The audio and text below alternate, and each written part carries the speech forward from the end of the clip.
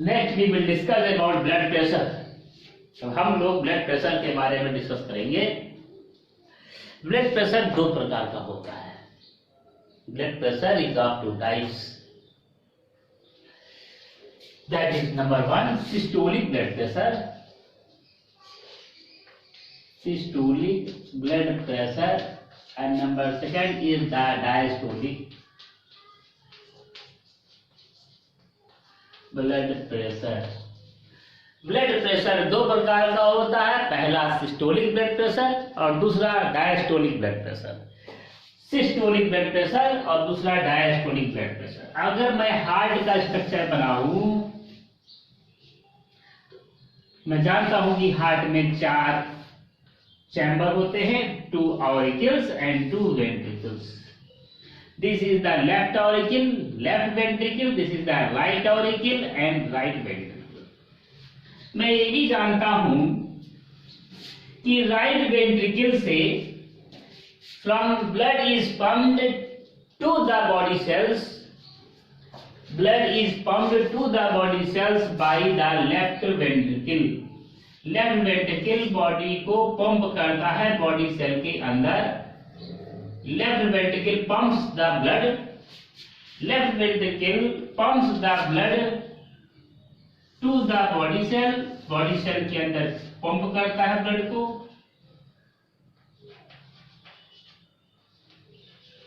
To the body cell by dorsal aorta. Dorsal aorta मतलब है dorsal aorta के अंदर ब्लड को पंप करता है, मतलब आर्टरी के अंदर भेजता है। डॉर्सल ओर्टा से डिफरेंट आर्टरीज में चले जाते हैं। डॉर्सल ओर्टा से डिफरेंट आर्टरीज में चले जाते हैं ब्लड। पहले यहाँ तो डॉर्सल ओर्टा में गया। Dorsal aorta supplies blood to different parts of the body by different arteries. तो ये डॉर्सल ओर्टा के द्वारा सप्लाई करता है। डॉर्सल ओर्टा डिफरेंट आर्टरीज के द्वारा ब्लड बॉडी सेल्स को ब्लड सप्लाई करता है। Left ventricle pumps the blood in the arteries through dorsal aorta. अब लेफ्ट वेंट्रिकल ब्लड को कैसे पंप करेगा? Left ventricle when undergo systole, left ventricle जब सिस्टोल हो जाएगा, सिकुड़ेगा, सांस से सिस्टोल, सांस से सिकुड़ना, सांस से सिस्टोल, सांस से सिकुड़ना। जब लेफ्ट वेंट्रिकल सिकुड़ जाएगा यानी सिस्टोल हो जाएगा, तब ब्लड पास हो जाएगा डॉर्सल ओर्टा में, आर्टरीज में चला जाएगा। तब ब्लड आर्टरीज में चला जाएगा। जब लेफ्ट वेंट्रिकल सिकुड़ेगा तो ब्लड आर्टरीज के अंदर चला जाएगा। आर्टरीज के अंदर पहले से ब्लड है, आर्टरीज खाली नहीं है, आर्टरीज के अंदर पहले से ही ब्लड है। और जैसे ही लेफ्ट वेंट्रिकल सिकुड़ा, इसके अंदर और भी ब्लड चला गया और तेजी से सारे के सारे ब्लड जो ब्लड वेंट्रिकल थे वो सारे के सारे all the blood of the left ventricle squeezes in the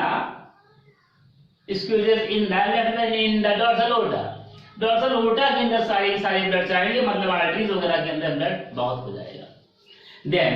then the pressure in the dorsal aorta increases. अगर ये पूरा पूरे ब्लड को खाली कर दे इसके अंदर, इसके अंदर प्रेशर बढ़ जाए।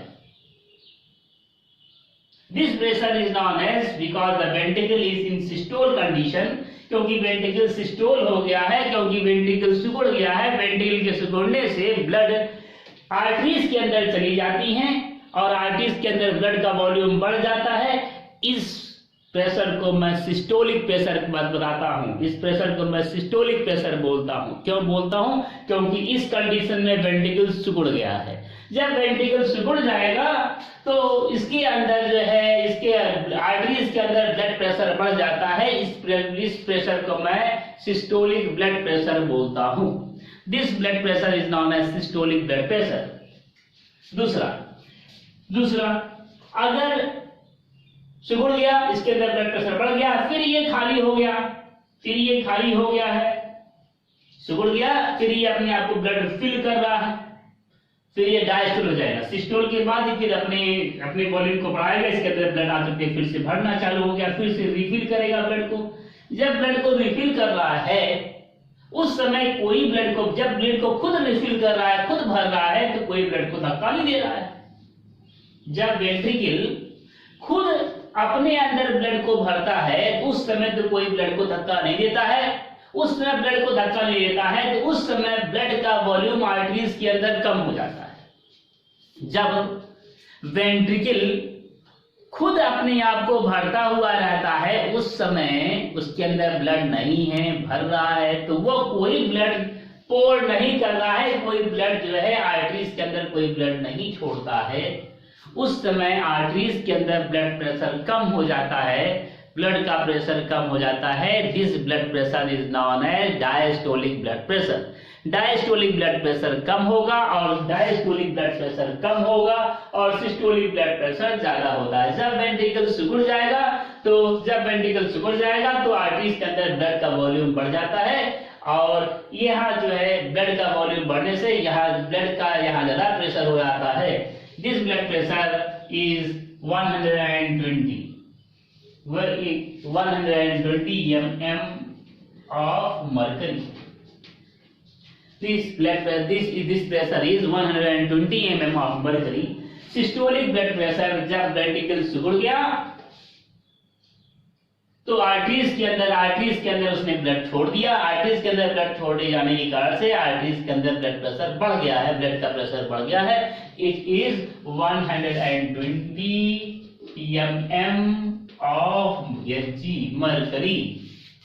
लेकिन जैसे ही वेंट्रिकल डायस्टोल हो जाएगा मतलब अपने आप को रिफिल करेगा, अपने आप को भरेगा, अपने आप वॉल्यूम को बढ़ाएगा, अपने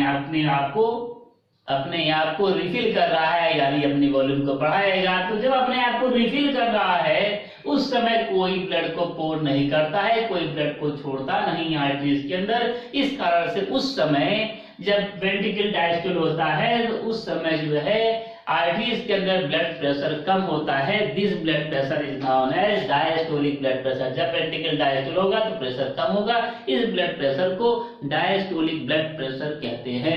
diastolic blood pressure is measures about diastolic blood pressure कितना होगा, systolic blood pressure is 120 mm of mercury and diastolic blood pressure is equal to 80 mm of mercury। Diastolic blood pressure होता है, diastolic blood pressure is equal to 80 mm of mercury। Diastolic blood pressure होता है। फिर से बोलता हूँ, systolic blood pressure ऐसा blood pressure है जब लेफ्ट वेंट्रिकल सिस्टोल हो जाता है। जब वेंट्रिकल सिस्टोल हो जाता है तो आर्टरीज के अंदर प्रेशर बढ़ जाता है। इस ब्लड प्रेशर को मैं सिस्टोलिक ब्लड प्रेशर कहता हूँ। Systolic blood pressure is equal to 120 mm of mercury. जब वेंट्रिकल डायस्टोल हो जाता है उस समय ब्लड प्रेशर कम हो जाता है। उस समय ब्लड आर्टरीज के अंदर ब्लड प्रेशर कम हो जाएगा क्योंकि वो अपने आप को ही भर रहा है, ब्लड को धक्का नहीं देगा आर्टरीज के अंदर, ब्लड को छोड़ेगा नहीं आर्टरीज के अंदर, तो आर्टरीज के अंदर ब्लड प्रेशर कम हो जाता है। ऐसे ब्लड प्रेशर को मैं डायस्टोलिक ब्लड प्रेशर कहता हूँ। Diastolic blood pressure is equal to 80 mm of mercury. Diastolic blood pressure क्या होगा, 80 mm of mercury. This is about the systolic and diastolic blood pressure। ये तो सिस्टोलिक और डायस्टोलिक ब्लड प्रेशर को समझने के लिए है।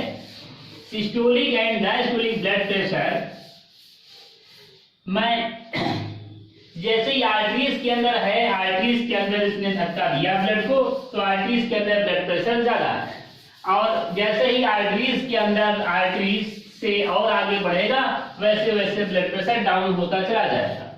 जैसे एक बार मैं फिर से बता रहा हूँ, जैसे कि ये हार्ट हो गया और हार्ट से ये चैम्बर्स हो गए और ये वेंट्रिकल हो गया।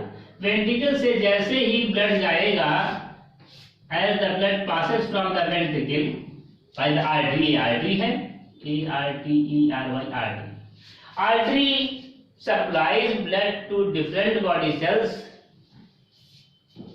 आर्टरी ब्लड सप्लाई करेगा डिफरेंट बॉडी सेल्स को by a number of arterioles. Artery divide into a number of arterioles. Artery जो है छोटे छोटे तमाम आर्टरियोज में डिवाइड हो जाते हैं। Artery divides into a number of arterioles. Artery तमाम आर्टरियोल्स में डिवाइड हो जाते हैं और तमाम जो ये आर्टरियोल्स हैं, all the arterioles divide into a number of capillaries. ये जितने भी आर्टरियोल्स हैं ये सभी आर्टरियोल्स तमाम कैपिलरीज में डिवाइड हो जाती हैं। And all the capillaries unite into a number of venules. और ये सभी कैपिलरीज यूनाइट होते हैं तमाम वेन्यूल्स में। And all these capillaries unite into a number of venules.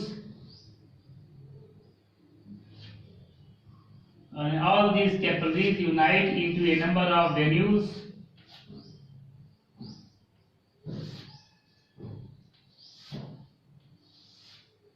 ये सभी कैपिलरीज तमाम वेन्यूल्स में यूनाइट होते हैं। And all the venules unite into A when. और सभी वेन्यूल्स जो है एक वेन में यूनाइट हो जाते हैं।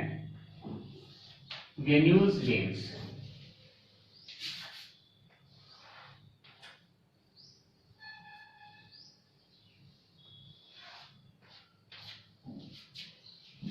तो ये जो है आर्टरी ब्लड सप्लाई किया, हार्ट ने ब्लड सप्लाई किया आर्टरी को। आर्टरी डिवाइड हो गया आर्टरियोल्स में, आर्टरी डिवाइड हो गया आर्टरियोल्स में। आर्टरियोल्स फिर तमाम जो है कैपिलरीज में टूट जाते हैं। Artery divided by number of capillaries. Artery तमाम कैपिलरीज में टूट जाते हैं और ये सभी कैपिलरीज जो है, ये सभी कैपिलरीज फिर जो है यूनाइट होते हैं बाय द वेन्यूल्स। और वेन्यूल्स फिर यूनाइट होते हैं वेन्स में, VEINS वेन्स। तो आर्टरी है, आर्टरियोल्स है, ट्रिओल्स है और कैपिलरीज है। कैपिलरीज आर्टरी टूटेगा आर्टरियोल्स में, आर्टरियोल्स फिर टूट जाएगा कैपिलरीज में, कैपिलरीज यूनाइट होगा वेन्यूल्स में, वेन्यूल्स फिर यूनाइट होंगे, वेन्यूल्स फिर यूनाइट होंगे वेन्स में और वेन्स ब्लड को लेके जाएंगे कहां पर? हार्ट में वापस। तो इस तरीके से मैं देखता हूं कि जो ब्लड सप्लाई का है उसमें 5 है, आर्टरी है, आर्टरियोल्स है, कैपिलरीज है, वेन्यूल्स हैं और फिर वेन्स हैं। अब मैं कहता हूं सबसे ज्यादा प्रेशर कहां होगा?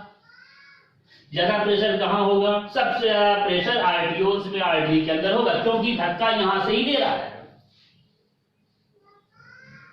धक्का यहां से ही दे रहा है। अगर मैं एक बॉल को यहां से फेंकूं बहुत दूर तक इस बॉल को फेंकूं, तो इस बॉल को जब मैं यहां से फेंकूंगा तो यहां इस बॉल का स्पीड मैक्सिमम होगा, क्योंकि धक्का यहां से ही लग रहा है। और जैसे जैसे आगे बढ़ता जाएगा वैसे वैसे स्पीड उसकी कम होती जाएगी। एक समय ऐसा आएगा स्पीड उसकी